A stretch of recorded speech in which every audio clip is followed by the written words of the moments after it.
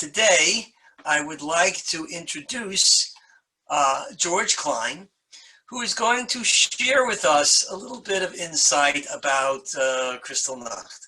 So I'm going to spotlight George, and I say good morning and thank you for all of the work that you do, putting together this very, very important committee, and being the author of several articles that have appeared in our monthly publication to help us to remember what Kristallnacht is all about. George? Thank you. My name is George Klein, as the rabbi had said, and I'm one of the co-chairs of the Yom HaShoah Committee, along with Ellen Charlap and Shirley Silberstein. The world will not be destroyed by those who do evil, but by those who watch them without doing anything. That was a quote from Albert Einstein. In pre-war Germany and in most of the other Western European countries, the Jewish community had contributed a great deal to German society, culturally, economically, and socially. Many Jews were patriotic Germans and had sacrificed their lives for their country in World War I. But their standing in society was about to dramatically change. In the 1930s, German Jews, only about 500,000 people, made up less than 1% of the German population. Most considered themselves loyal patriots linked to the German way of life by language and culture. Excelled in science, literature, the arts, and economic enterprises. 24% of these Nobel Prize winners were Jewish. However, conversion, intermarriage, and declining birth rates led some to believe that the Jewish life was doomed to disappear from the German scene together. It was this time in the early 30s that Hitler began to systematically eliminate Jewish and even citizenship in Germany. This culminated in Kristallnacht, or in English, Kristall, but more appropriately translated as the Night of Broken Glass. The event most people consider the beginning of the Holocaust. Kristallnacht took November 1938. Its cause began days earlier. As part of the process of ethnic cleansing, a Polish Jewish family by the name of Greenspan was expelled from Germany on November 7th. The son of the Greenspan family, Herschel Greenspan, was living with his uncle in Paris at the time and was frustrated by what appeared to be a lack of any response by the rest of the world to the systematic dehumanization of the Jews. In protest, Herschel went to the German embassy in Paris and shot a diplomat by the name of Ernst von Rath. Hitler responded to the news by ordering his party operatives to organize pogroms throughout Germany and Austria. He directed the local police to do nothing to stop the attacks on the Jews or in any way protect their lives, synagogues, or businesses. By the morning of November 10th, the rioting Nazis had destroyed thousands of Jewish homes and businesses. They had set fire to 191 synagogues in every part of Greater Germany. Fire departments were instructed to not put out any fires, but merely to stand by and make sure that the adjacent properties did not go up in flames. Although the exact figure is not known, it is likely that anywhere from 1,500 to 3,000 Jews died as a result of the violence, and 30,000 others were afterwards sent to concentration camps. 2 days later, the German government fined the Jewish community 1 billion marks for property damage in the rioting. Thus began the Holocaust. There were many non-Jewish Germans who were distraught by these events, yet said or did nothing.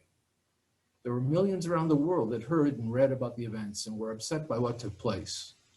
Yet, no one raised a voice denouncing what happened, and the lack of reprimand only further emboldened those promoting the hate and violence. As Albert Einstein, an eyewitness to the start of the Holocaust, observed in his quote above, the lack of response to Hitler's actions was even more destructive than the actions themselves. The irony was that Nazi ideology, which was about to change the world, developed from the German people, among whom the Jews eagerly wanted to become culturally assimilated. Indeed, there was a widespread belief among many German Jews that the role they played within industry and trade and their contributions to the German economy would prevent the Germans from completely excluding them. For many, the reality of the situation did not appear until they found themselves in a concentration camp. As Jews here in the United States, let us not get too complacent. Anti-Semitism goes back a long way in American history. Leo Frank, an innocent man, was accused of murdering a 13-year-old girl in Atlanta in 1913. And when his death sentence was commuted, he was taken from jail by an angry mob and lynched. In the 1920s, Henry Ford wrote a series of articles in his newspaper, The Dearborn Independent, accusing Jews of being part of a worldwide conspiracy based on an anti-Semitic forgery called the Protocols of the Elders of Zion. More recently, in two separate incidents, two men were charged with the fatal synagogue shootings in Pittsburgh, Pennsylvania, and Poway, California, both claiming that Jews are a threat to the white race. We can go on, but the point should be clear by now. Walter Reich, a former director of the Holocaust Memorial Museum, stated it directly in his article on the rise of anti-Semitism.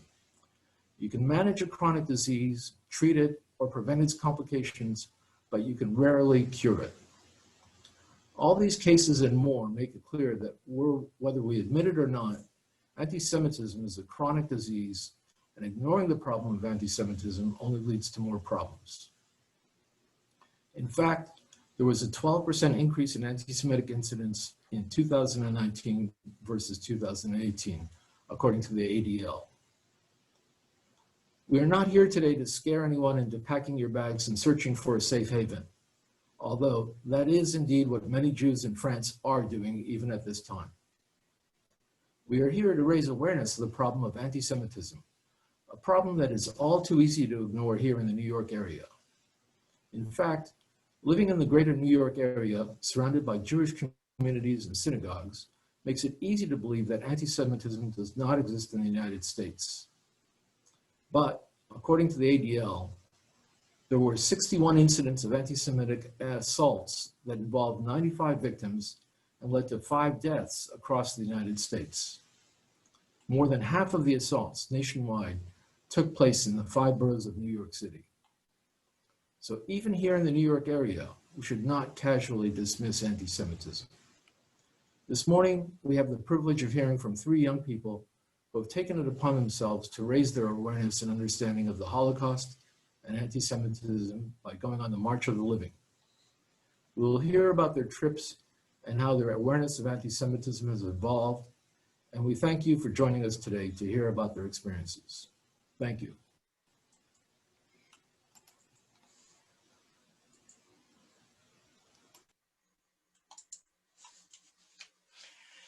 As George just said, today's program will be featuring 3 alumni of the March of the Living program.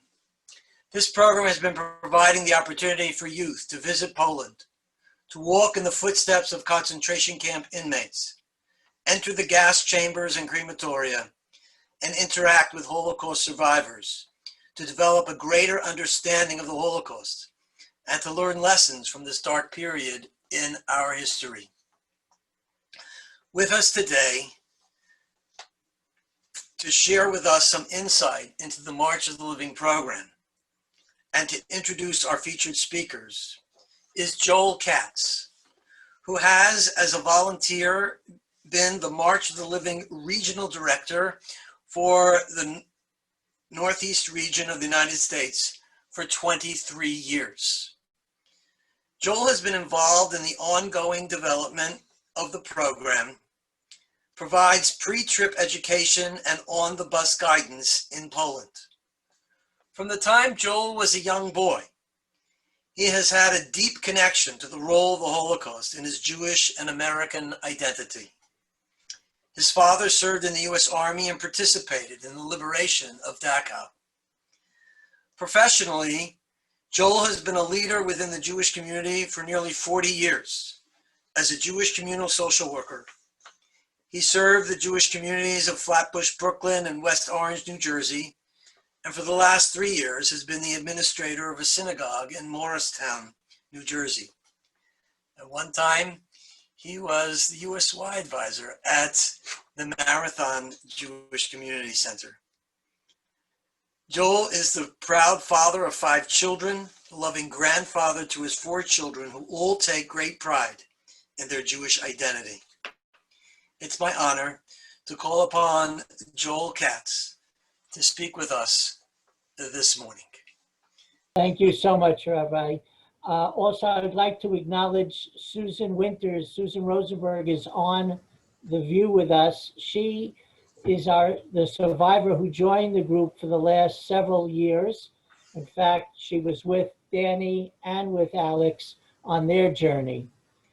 March of the Living, as the rabbi said, I've had a wonderful relationship for 23 years. As a volunteer, I think it's a most incredible opportunity, not just for the teens, but for you adults as well. It's an opportunity for us to walk through history and for us to become, as Elie Wiesel has said on the march before he passed away, that we now are the witnesses of the Holocaust. The participants who go on this journey touch, feel, some even lay down in the actual locations and have the opportunity to come back, as Dani, Alex, and Samantha have done, to tell their friends, their classmates, and the people they come into contact with what they saw, what they touched, and what they heard from the survivors. March of the Living has given over 300,000 Jewish teens from 52 countries the opportunity to go on this journey.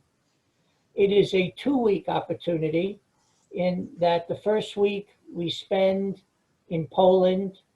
Our group march through 5 different concentration camps: Auschwitz and Birkenau, Treblinka, a death camp, Majdanek, another death camp, and the camp of Treblinka that has been totally destroyed.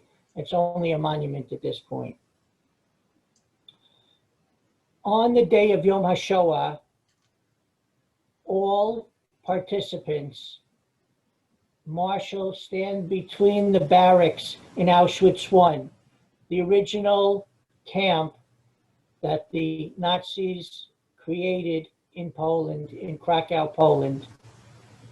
And we actually walk the same path that the inmates, that the prisoners, that our Jewish families had to walk on a daily basis over the railroad tracks, through the town of Auschwitz to Birkenau, to the larger camp. First, the inmates were required to build it, and then they did work there. The second week, the group travels to Eretz Israel, to Israel, where they get a chance to celebrate. First, they get a chance to commemorate Memorial Day in Israel, Yom HaZikaron, the day before Yom HaAtzmaut, the day before Independence Day, and we're an opportunity to memorialize all those that were lost in all the wars of Israel. And then the same children who walked out of Auschwitz a week earlier get to parade, dance, sing to the Kotel, to the Western Wall in Yerushalayim. Most recently, Dani and Alex had an opportunity also, when in Israel, to visit the 9/11 memorial. Unfortunately, another atrocity that occurred in their lifetime. The march goes every year, the day we leave, the day after Pesach, and all of you, no matter how young you are all invited to join us on future marches. Please feel free to contact me, and I would love to find the opportunity. In fact, please God, Rabbi Yafi and I will talk about a shul trip under his direction in the next few years. I'm always available to answer questions, but I want to give our 3 presenters an opportunity to speak. Rabbi, back to you. Okay, thank you, Joel. As I mentioned, we have 3 alumni of the March of the Living who are all here with us today. We have Samantha Silberstein Levine, who is going to be our first presenter. And there is Alex Levine and Dani Drucker. And so each of our presenters has recorded a presentation, and we're going to listen to those recordings, and then each of the individuals will be here with us and will have the opportunity to greet us and to answer any questions that you have. While you're listening to the presentations, if a question comes to your mind, jot it down, and you can, in the chat function, send it in, and we will do our best to take those questions and present them to our presenters. So without any further ado, hopefully my ability to share my screen will work. And here it is. And here is Samantha. Hi, good morning. My name is Samantha Levine. I am Shirley Silberstein's daughter, and I chose to participate in this program because I feel that discussing the Holocaust is a really important issue, especially in the current times. I actually was always aware of the Holocaust because of two reasons. One, I grew up in a household with grandparents, my mother's parents, who are both survivors, and spoke about some of their experiences when they were in the Holocaust. And I grew up going to yeshiva. And in yeshiva, we, from elementary school through middle school and high school, they always had programs around it. I had class projects around it. So it was something that I feel was always a significant part of my life and a discussion that was always had. Part of the reason why I wanted to participate in the March of the Living was because my grandparents were survivors. My mother was born right after the war in Germany, and I just felt like it was a part of who I am, and it was something that I wanted to learn even more about. I did participate in the program when I was a junior in high school, and I was about, 16 years old, so very long time ago that I participated in this program. And I would say that my perspective on the Holocaust and being a Jewish person wasn't really changed after participating in the March of the Living. I think that I just was able to understand what the experience was like for survivors, even more so, and to really see everything up front. I'll never forget that one of my most significant memories of the March of the Living was when we had gone to Majdanek. Most people, I feel, they say Auschwitz or some of the other camps. To me, Auschwitz felt very much like a museum because there wasn't a lot left from the Holocaust. So it did feel like when I walked through the barracks, like it was walking through a museum. But when we had gone to Majdanek, it really made it real for me. I remember seeing this huge, I guess you would say, like this huge well, and it was at the very top of these stairs, and it was just filled with ashes. I mean, and then it had this huge dome that covered it. And I remember after I saw that, sitting on one of the steps and writing in my journal just about that experience, then walking through the rooms where they had the gas chambers and seeing the discoloration on the wall made just knowing about the Holocaust even more real.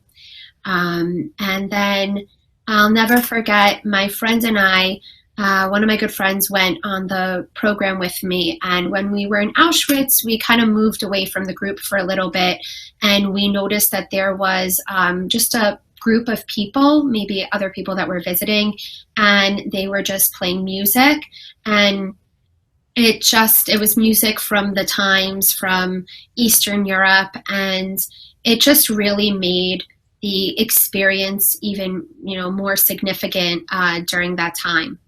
I think that especially today, with unfortunately so many people out there in the world saying that the Holocaust didn't happen, I think that people who know that it did and people who experienced the March of the Living and are able to speak to it, I think that it is a conversation that should be had. I don't think that it is a topic that should be taken lightly, but I do think that it is a topic that needs to be discussed. And I hope that by participating in this program, that I was able to, share some of my experience with it. And thank you for having me, and have a great day.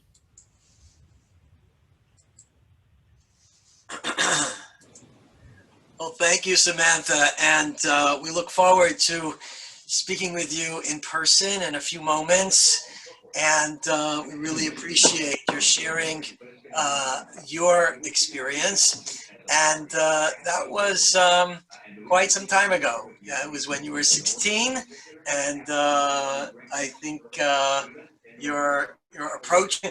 I'm approaching 40, I think, so it was a few years ago. And now, Alex Levine is our next presenter. My name is Alex Levine, and I am a third-generation Holocaust survivor. My grandparents, Cecile and Edward Mossberg, survived the horrors of the Holocaust. Growing up, as the grandchild of survivors, I was surrounded by family friends who had been through similar circumstances. Being a part of an insular community and being so young, I never understood what anti-Semitism or racism was. My very first March of the Living was in 1998 when I was 7 years old. This was an eye-opening experience as the limited stories and testimonies I have heard come to life. One of the most memorable moments of that trip was with my grandmother, who passed away this past February. We were marching between Auschwitz I and II. My grandfather arranged for a van to drive our family, so my grandmother would not have to walk the distance. My grandmother grabbed my hand and said, "I did this every day during the war, and I'm doing it again today." As a young child, I could not quite understand the true horrors of what she endured, but I could see the strength and courage in her when she insisted on marching one last time while holding my hand. This memory will forever be a part of me. My Nana did not like to speak about her experience during the Holocaust. She preferred to look forward towards happy times rather than backwards. She was forced out of her home into the Krakow ghetto. She was transported in open cattle cars through the winter temperatures while people around her were literally freezing to death, and transported in closed cattle cars during the summer while those around her died from heat, starvation, and dehydration. She was in 4 labor camps and 5 concentration camps, including Auschwitz. Another strong and memorable experience during my first March of the Living was when I toured Auschwitz for the first time. My mom, trying to shelter me, asked me to stay outside of the gas chamber. She wanted to spare me the pain and feared I would be too young to handle such a difficult situation. I insisted on going inside. I noticed the stained blue walls with scratch marks forever ingrained on them. I don't know what I understood, but I knew this was a room where many people died. I was fortunate enough to attend my second March of the Living in 2009, when I was 18 years old. As a young adult, I was able to grasp a firmer understanding of what occurred. Being in a group of over 100 marchers, walking amongst thousands of people in the quote-unquote sea of blue, was when it hit me. I could easily see the blue march jackets as uniforms. As we walked the streets and past the homes that hugged the curb and overlooked the camps, I was deeply saddened that thousands of captives, my grandmother included, were forced to do this march daily, and during the worst of conditions, while homeowners in the general area denied knowledge of what was occurring. Another memorable experience was at Majdanek. The final few stops during the tour of Majdanek were gas chambers, crematoriums, the Rose Garden, and the massive dome that preserves the ashes. Leading up to where the ashes lie hit me like a ton of bricks. There are no words to describe the magnitude of this mound of ashes. Standing over them, pouring Israeli soil on the top and reciting the mourner's Kaddish made me feel the pain and suffering of these helpless people. I became angry at the mere thought of these people, men, women, and children, losing their freedom, losing their independence, and losing their lives. In that moment, I vowed to become involved in Holocaust remembrance and to be able to tell my family's stories. These feelings amplified as I attended the March of Living again in 2018 with my fiancé about 6 weeks before our wedding. My goal was to show my future wife my family's history and see what happened to those who perished and provide her an opportunity to see what happened during the Holocaust firsthand. Her paternal grandfather was on the last ship to the U.S. He was in Germany during Kristallnacht and was beaten up in the streets. His parents decided they needed to leave, but were unable to take anyone but their nuclear family to the United States. I was so happy that my now wife was able to attend this memorable trip with me. It was incredibly emotional, but very moving. I look forward to be able to experience this trip with my future family. My Jewish identity intensified as a result of going on the March of the Living. I always knew that Holocaust education was important to me. Growing up in New Jersey, where the Department of Education has the highest standards in the country for Holocaust education, while also attending a Jewish day school, I learned a small amount about the Holocaust. As an adult, I have become involved in Holocaust education. I have become certified to speak in classrooms as a Holocaust educator. I have been active as a board member for the American Society for Yad Vashem Young Leadership Associates, which is a great organization for young professionals in the New York metro area to stay involved in Holocaust preservation. I also speak annually at the New Jersey meeting for incoming marchers. I am very grateful for the experience and education behind these trips. I look forward to passing on the knowledge that I have gained. Holocaust remembrance will forever be a huge part in my life. Thank you, Alex.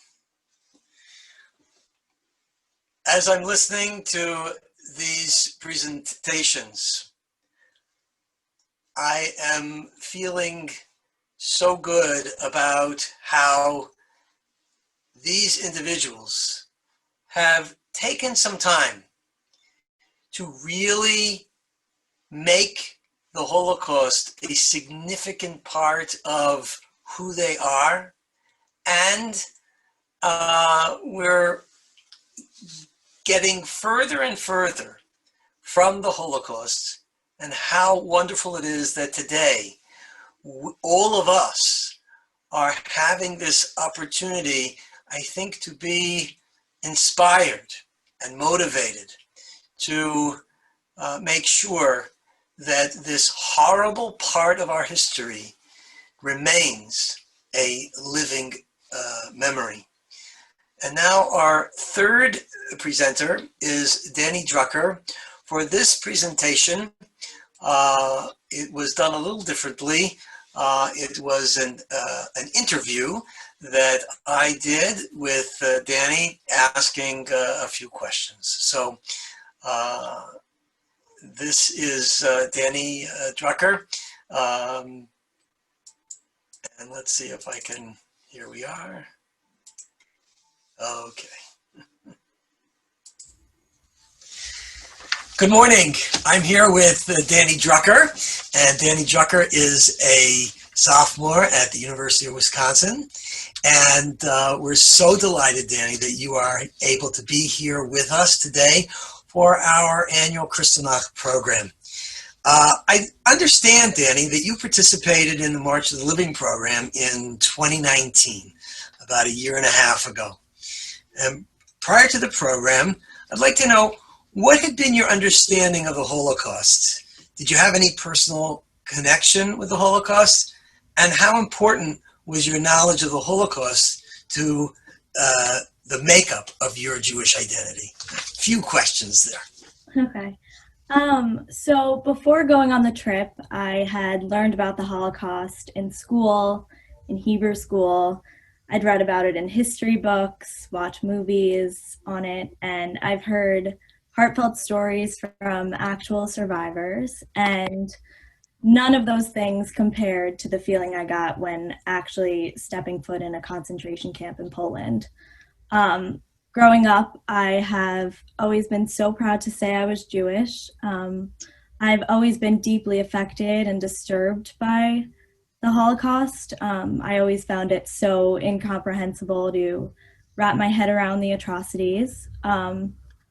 Growing up, I've had an active role in my synagogue. I attended Hebrew school, grew up in a kosher household, and valued my Jewish morals. Not only have I sang at temple on the holidays, but I've participated in Kristallnacht ceremonies where I've sung Yiddish lullabies. And also my ancestors, family on both my mom and dad's side, had relatives that were murdered in concentration camps. And I wanted to honor them and their memory by going on this trip. But as a high school student, there's lots of choices to make, of things to do, and you decided to apply and to go on to the March of the Living. So what went into that decision, and how did you decide to make that part of your high school experience? So before going on the trip, I had heard about a lot of people, my friends' siblings who had gone on the trip, and said it had made a huge impact on their life. And I know that my Jewish upbringing has had a huge impact on my life, and that's why I felt it was my responsibility as a young Jewish girl to go back to the place where many Jews perished and honor and commemorate them in the actual place where it happened. So I've always felt fortunate knowing that I was born in a time period where my religion wasn't being ostracized the way it was back then, and I knew it was my responsibility to carry on their legacy. So Dani, we've been talking about the program. Now I'd like to ask you to share with us a little bit of your experience being a participant on the March of the Living. Maybe share with us a highlight or two. And if there was something that was particularly transformative, a experience that really made an impact upon you. So during the trip, we visited a number of concentration camps, including Auschwitz, Treblinka, and Majdanek. And one of the highlights in Poland was on Yom HaShoah, Holocaust Remembrance Day.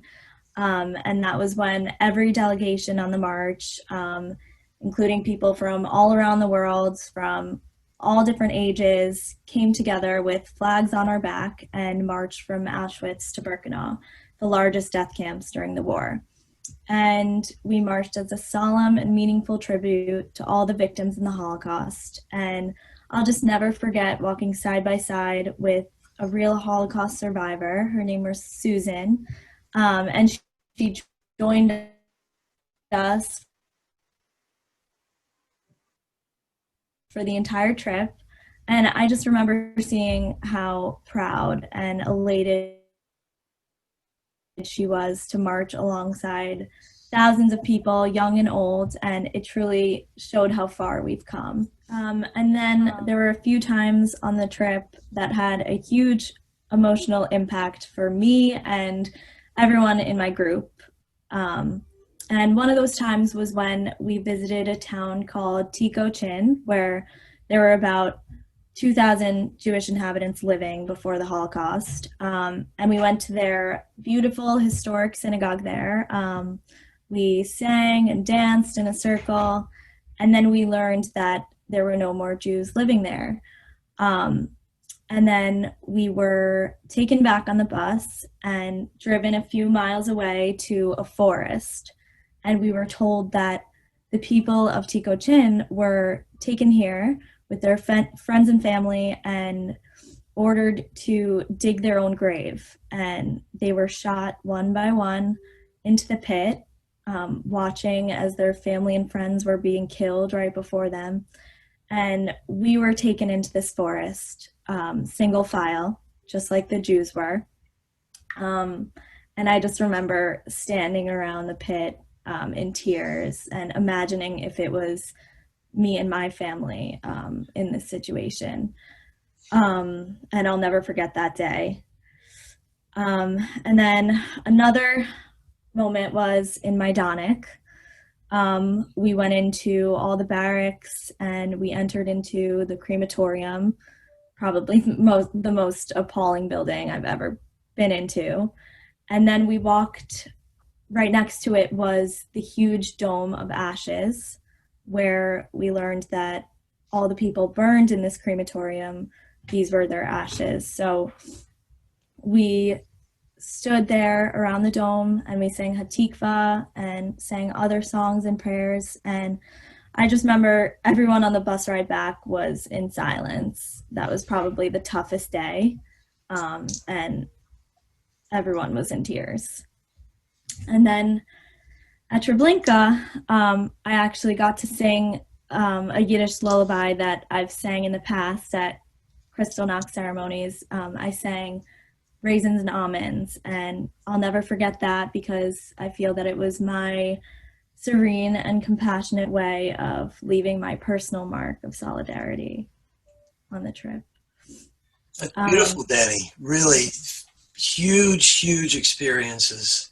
So as we observe this day of Kristallnacht, and we're hearing your story and the story of the others who are presented today, we have in mind that each year on Kristallnacht, we remember the beginning of the Holocaust, what led up to it, the hatred, the racism, the inability of people to treat one another as equals. So a question that we have is that now that you've had this March of the Living experience, how has that impacted on your perspective of anti-Semitism, of hatred, of racism, and intolerance that continues to plague our world even today? I've always been extremely sensitive to acts of racism, hatred, and anti-Semitism, but after going on this trip, I think I am even more so sensitive to these acts, and traveling to the place where these terrible atrocities took place, I am now so inclined to shut down any form of hatred. I am more inclined to condemn racism and acts of discrimination, and I throw my full support and efforts towards movements of peace, acceptance, inclusion, and empathy. No one should go through those terrors, and I think we all need to stop forms of hate, and I think that we all need to be much more accepting of people's differences to make the world a more loving place. Okay, from your mouth to God's ears. And now, we'd like to know if you personally have experienced any anti-Semitism on the college campus. Have you witnessed any anti-Israel or pro-BDS or pro-Palestinian activity? And if you have, do you think that your March of the Living experience has impacted on your response to this kind of activity? So I haven't personally experienced anti-Semitism on my campus, but I've definitely heard of acts of anti-Semitism that have taken place here at the University of Wisconsin and at my sister's campus at the University of Michigan. And I remember my sister telling me a story about an incident that took place at a convenience store at the University of Michigan where a anti-Israel BDS supporter barged into the store and berated the owner for having a pro-Israel sign on the window. And this was recorded and it was spread around the campus so quickly. And she told him that she wouldn't shop at his store anymore because of this sign. And he told her that he had the freedom to support Israel, and he didn't care if she didn't shop here anymore. And she was just, it was just a really rude encounter, and she made really rude remarks. So that was one of the instances. And then over quarantine, I heard that invaders here spray painted the Hillel building saying "Free Palestine," and it was clearly targeting the Jewish community and an incidence of bias. So a final question, or really something that we'd like to ask of you.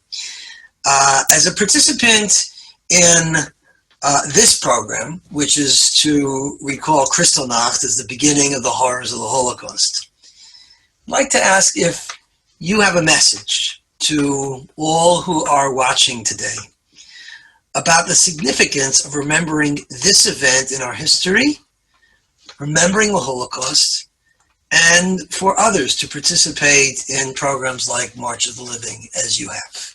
A final statement, if you will. I think that it's so important to remember the Kristallnacht events because it marked the beginning of the Holocaust and turned the lives of the Jews upside down. I think that nobody should ever forget the atrocities of the Holocaust, and I think that every living Jew should participate in the March of the Living because it is a way to honor the past of your ancestors and Jewish people that endured the most tragic event that mankind has ever experienced. And I think it inspires people of all ages to stand up to anti-Semitism, hatred, and bigotry.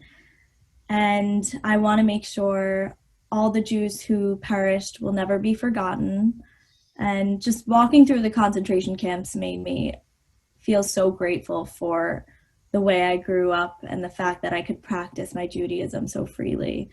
And I think now we just need to stand proud as a united Jewish population and show that we're stronger than hate. And although we might have a long road ahead of us to completely eradicate anti-Semitism, I think that the fact that thousands of my fellow Jewish peers were able to march from Auschwitz to Birkenau shows that we're so strong and that we will persevere as Jews. Okay. Dani, I want to thank you so much for giving us of your precious time and your energy, and we'll have an opportunity after all the presentations for people who are at the program to ask you perhaps some questions. Thank you so much for sharing, and we look forward to seeing you again soon. Thank you. Thank you for having me. We now have an opportunity for questions and hopefully some answers. And Ted Goodman is a member of our Kristallnacht Yom HaShoah committee. So, Ted, you're on. Thank you, Rabbi. So I have a question that Michael Feiner posed to all the speakers. I guess we'll have Samantha go first then.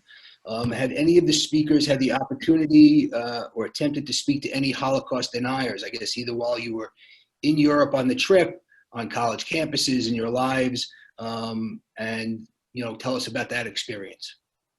Samantha?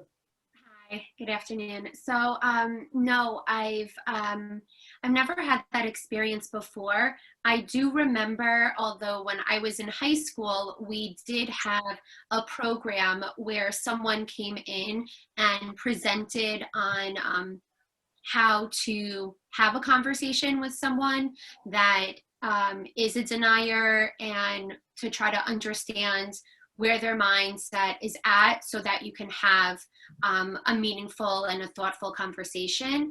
But I'm fortunate that I haven't had a conversation with someone. I think that if I were to have a conversation, I would really just discuss exactly what I saw, because I think it's very difficult to deny something that you've seen with your own two eyes, that you have photos of where you were.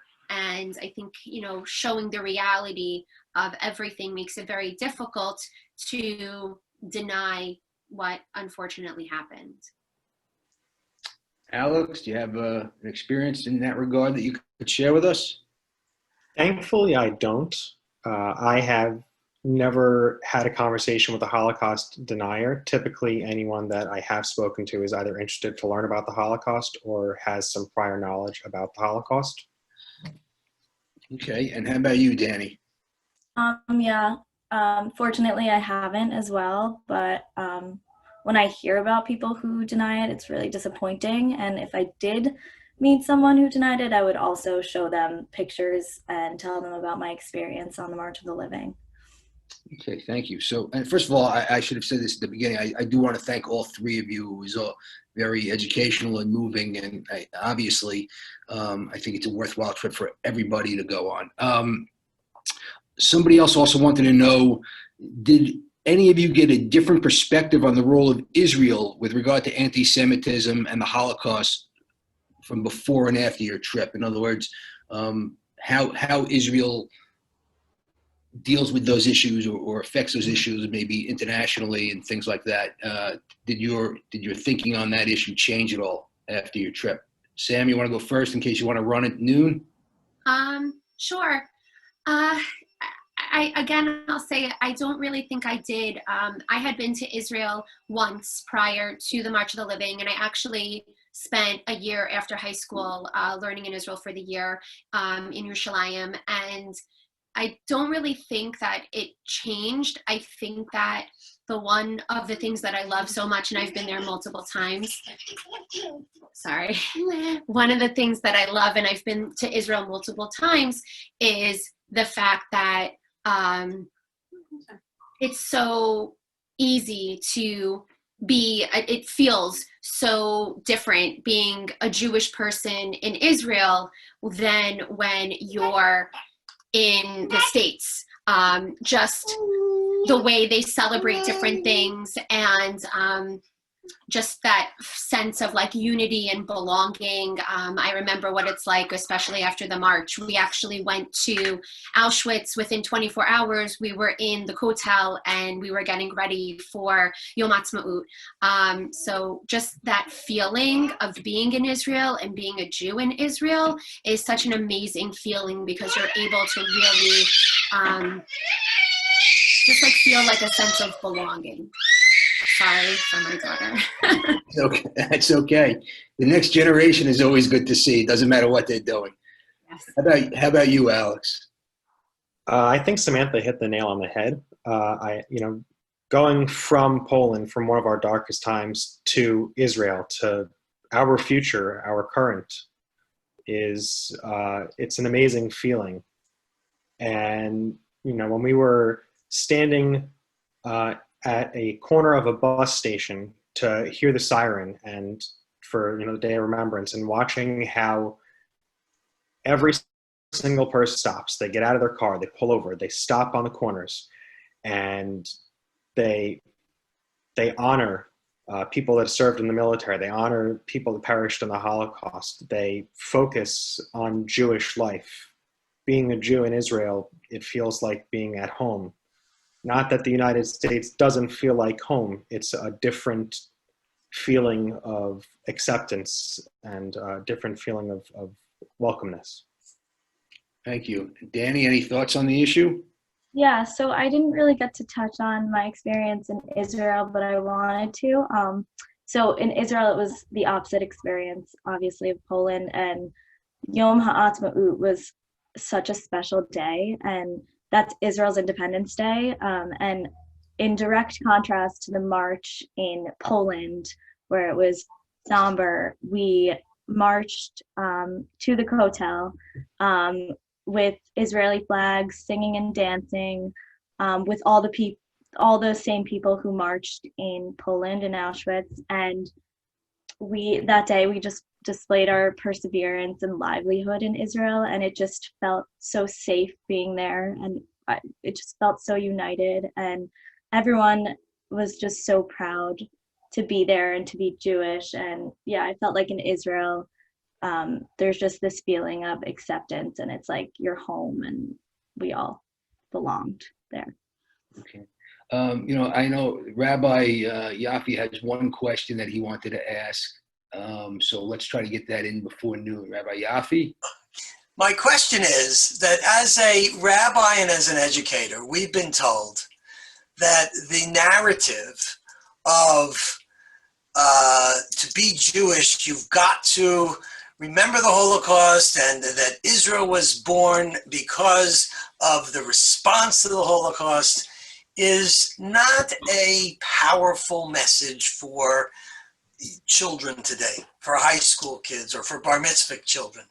So my question to you is if you were talking to a bat mitzvah kid, or maybe someone who's in high school, and they sort of roll their eyes at you and say, the Holocaust, it's history. It's not, that was so long ago. And why do I have to be so worried about it?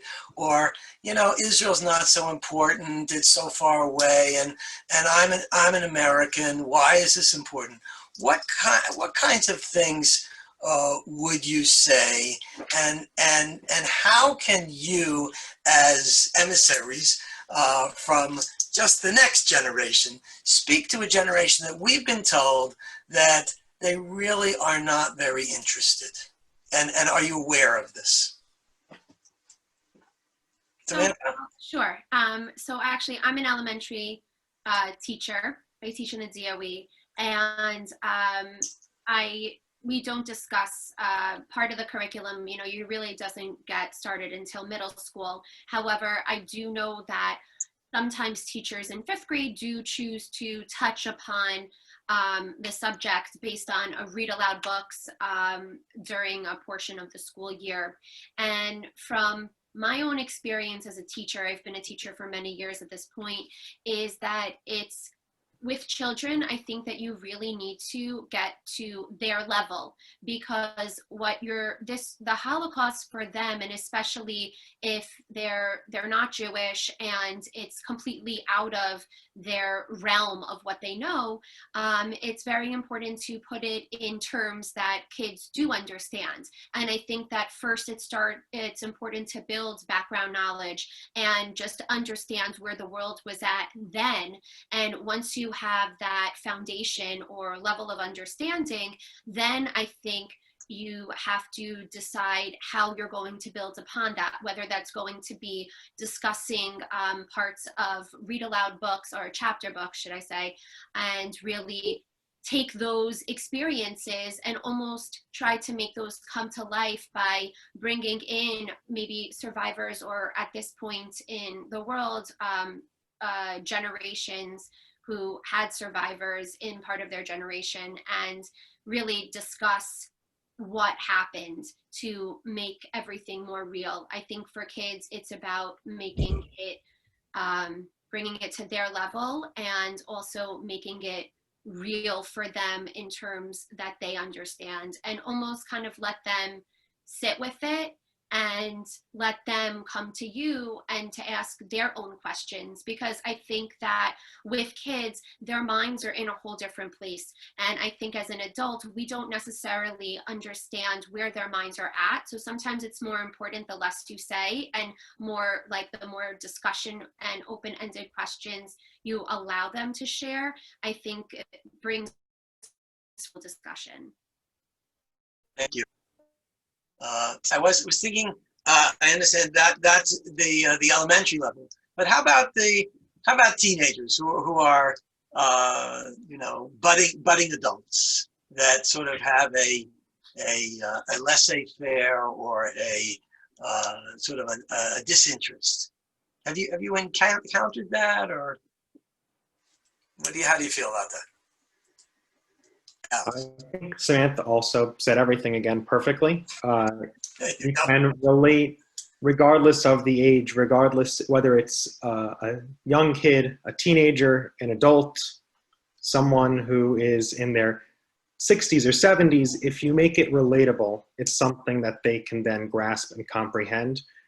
I have spoken with children that are, during COVID, it's been on Zoom, in an inner city setting, and they don't know anything about the Holocaust. And when you make it relatable, when you relate it to experiences that they have, it's something that they really can process, and it creates a higher level of awareness.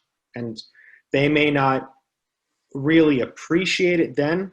We hope that they will later in life, but it does hopefully make some kind of an impact.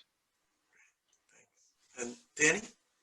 I mean, Samantha and Alex really said it all, but I would tell a kid who thinks it's not so important to them, I would tell them that they should definitely go on the March of the Living to make it feel more real to them. And yeah, whatever we can do to bring just more education to children and make it more real to them, I think that's the way we can make it so that no one ever forgets and they keep passing along stories.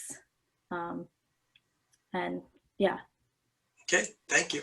So, Rabbi, just I know we want to wrap things up, but I have a quick question for Alex. Alex, how do you become a certified Holocaust educator? If you could share that with us, that would be great. Sure. So there is an organization in New York that is called 3GNY, which I have been involved in. It's for third generation Holocaust survivors.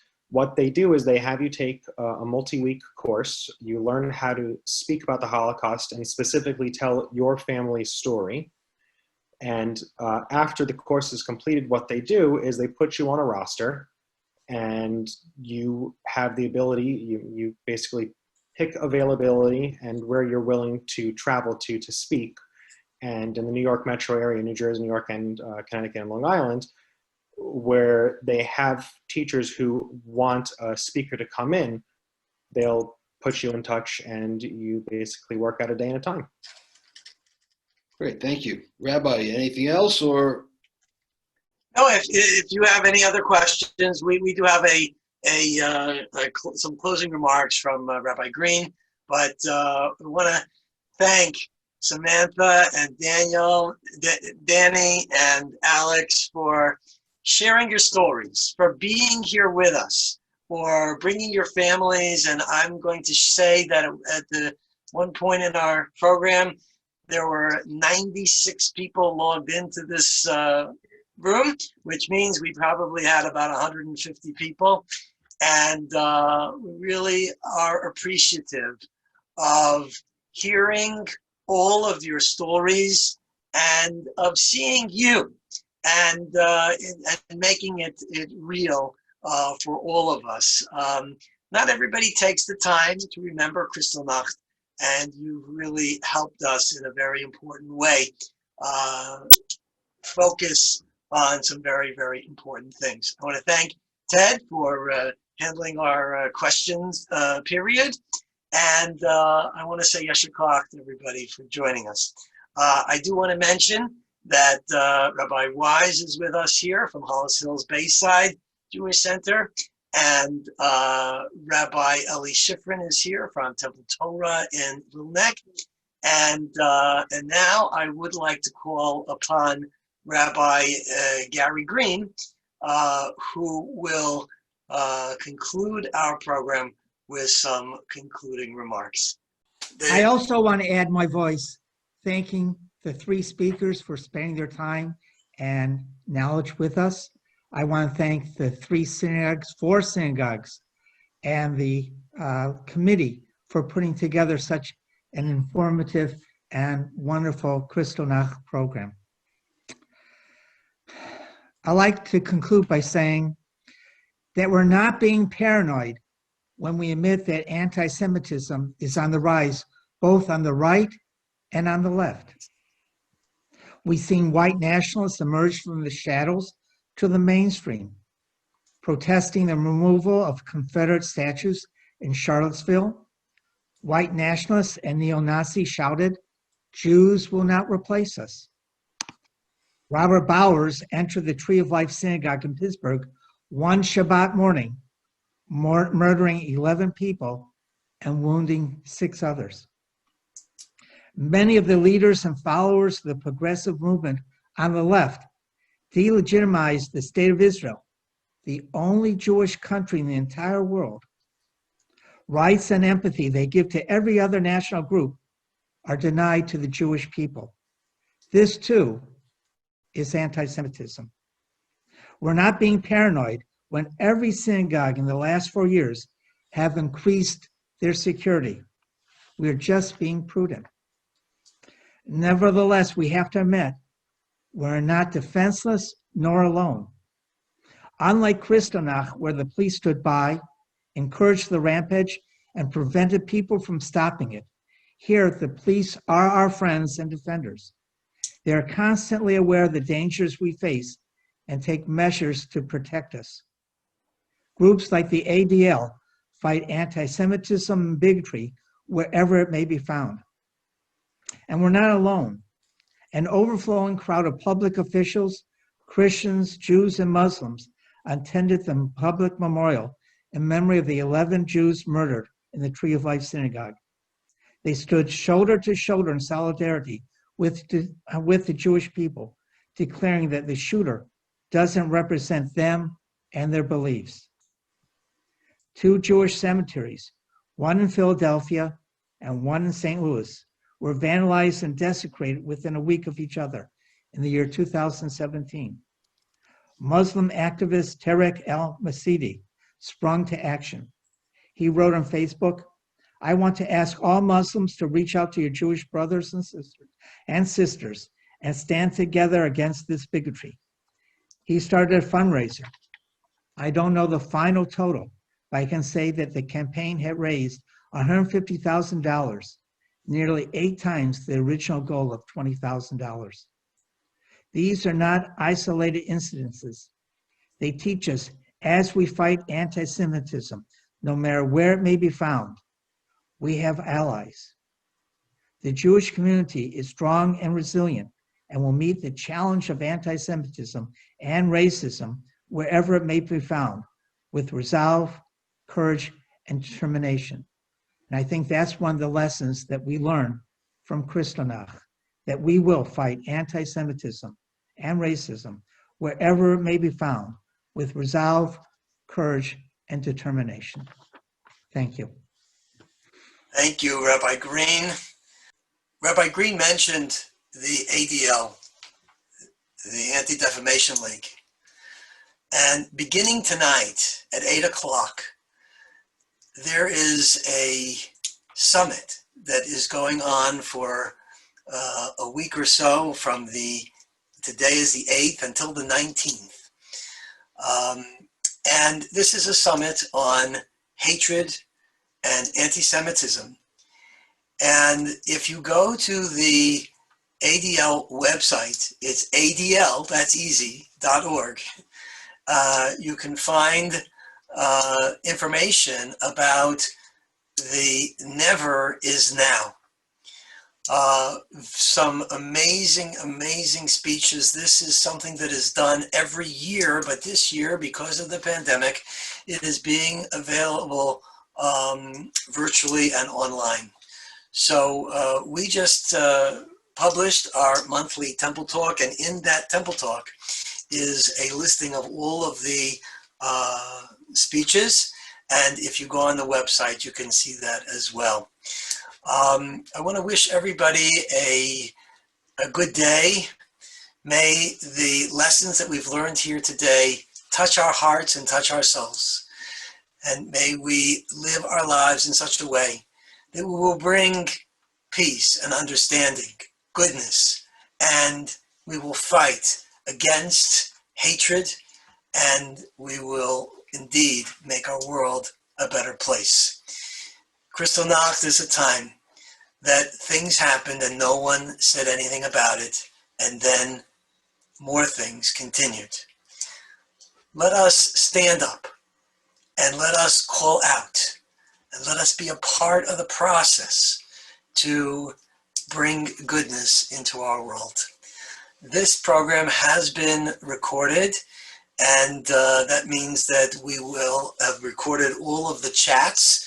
We'll take a look at that, and we will make this recording available to the members of all of the synagogues. And if you enjoyed and appreciated this program, we encourage you to share the link to the recording with your family and your friends. Again, thank you to all of our presenters, and thank you to all of you who have joined us today. This concludes our program, and we hope you have a very good day. Enjoy the beautiful weather that we're having.